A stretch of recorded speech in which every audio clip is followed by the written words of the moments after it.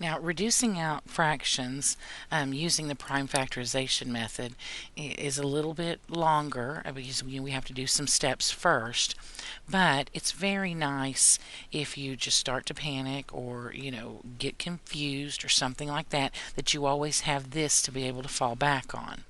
So we're going to do another problem, and we're going to use our prime factorization technique in order to be able to reduce it. So we're going to write this numerator as a product of primes, as a multiplication of prime numbers. In order to do that, we have to figure out the primes first. So 16 would be 2 times 8. 2 is prime. 8 would be 2 times 4. And again, 2 is prime. 4 would be 2 times 2. So those are both prime. So I could rewrite my 16 as 2 times 2 times 2 times 2. Right. Now let's do the prime factorization of 64.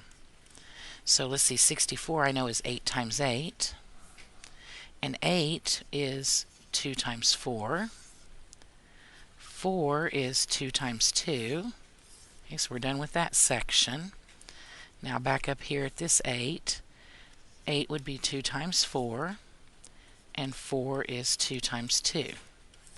So if I were going to write out 64, I'd have to write out 6 of these 2's. So 1, 2, 3, 4, 5, 6. Now remember, each time that we have a common factor in the numerator and the denominator, we can divide out by it, because 2 divided by 2 is 1. 2 divided by 2 is 1. 2 divided by 2 is 1. And 2 divided by 2 is 1. Now in the numerator we have left 1 times 1 times 1 times 1, which is just 1. And in the denominator, when we multiply all of these together, we have 4. So this will reduce down to 1/4.